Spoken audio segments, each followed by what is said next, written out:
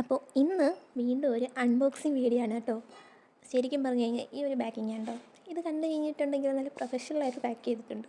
നമ്മൾ നഴ്സറീസിൽ നിന്നൊക്കെ ഓൺലൈനായിട്ട് പർച്ചേസ് ചെയ്യുമ്പം വരുന്നത് പോലെയാണ് എനിക്ക് ഈ ഒരു കൊറിയർ കൈ കിട്ടിയിട്ടുള്ളത്. നമ്മുടെ സെല്ലറിൻ്റെ ഡീറ്റെയിൽസ് ഞാൻ കൊടുത്തിട്ടുണ്ട്.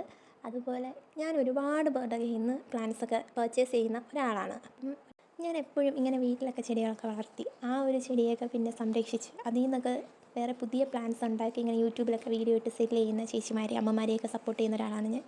അതിൻ്റെ മെയിൻ റീസൺ നമ്മൾ നഴ്സറീസിൽ പോയി കളക്ട് ചെയ്യുന്നതിനേക്കാട്ടിലും ബഡ്ജറ്റ് ഫ്രണ്ട്ലി ആയിട്ട് ഇങ്ങനെയുള്ളവരുടെ കയ്യിൽ നിന്ന് നമുക്ക് വാങ്ങിക്കുമ്പോഴത്തേക്കിന് കിട്ടാറുണ്ട്.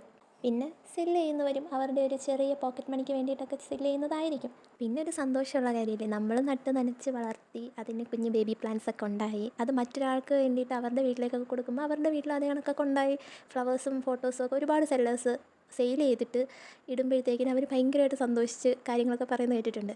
അപ്പം ഇങ്ങനെയുള്ളവരെയൊക്കെ സപ്പോർട്ട് ചെയ്യണം. പിന്നെ നമുക്ക് ഇപ്പം നമ്മൾ ഒരുപാട് പൈസ ചിലവാക്കി നമുക്ക് ഗാർഡനൊന്നും സെറ്റ് ചെയ്യാൻ പറ്റത്തില്ല, അങ്ങനെയുള്ളവരാണെങ്കിൽ ഒരുപാട് സെല്ലേഴ്സ് യൂട്യൂബിലുണ്ട്. അപ്പം ജസ്റ്റ് ഒന്ന് സെർച്ച് ചെയ്ത് നോക്കിയാൽ തന്നെ നമുക്ക് കിട്ടും.